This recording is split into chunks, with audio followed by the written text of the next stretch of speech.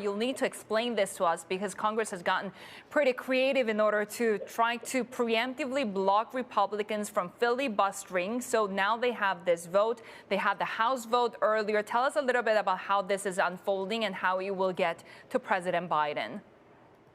Yeah, basically earlier this week, they kind of came up with this plan that would allow them to temporarily change the law to get rid of the filibuster.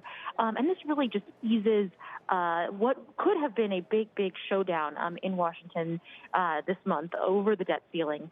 Basically, Republicans said they don't want to be involved in this. Basically, this deal they came up with basically meant that only a handful of Republicans had to vote for a measure a couple steps removed from the debt ceiling. Basically, going forward, the path is now clear. The House can vote on this next week. Will then come back to the Senate to again raise the debt ceiling, looking like it would go, somewhere into 2023 or so, kind of clear this issue off the table for at least the next little bit.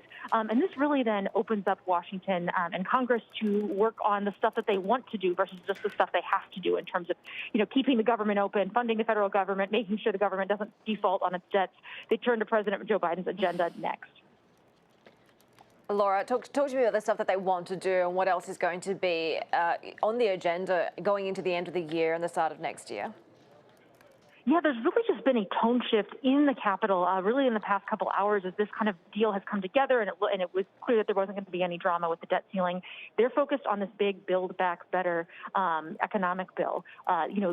Chuck Schumer, who's the Senate Majority Leader, has set this deadline to get this done by Christmas of this year. There's some deadline pressure. One of the big programs in this bill is a child tax credit. It goes out monthly to parents worth a couple $100s per child. Those payments would stop in January if Congress doesn't act. The IRS telling members of Congress they have until December 28th, just a couple days after Christmas, to pass this legislation. So that's really the next target that they're looking at.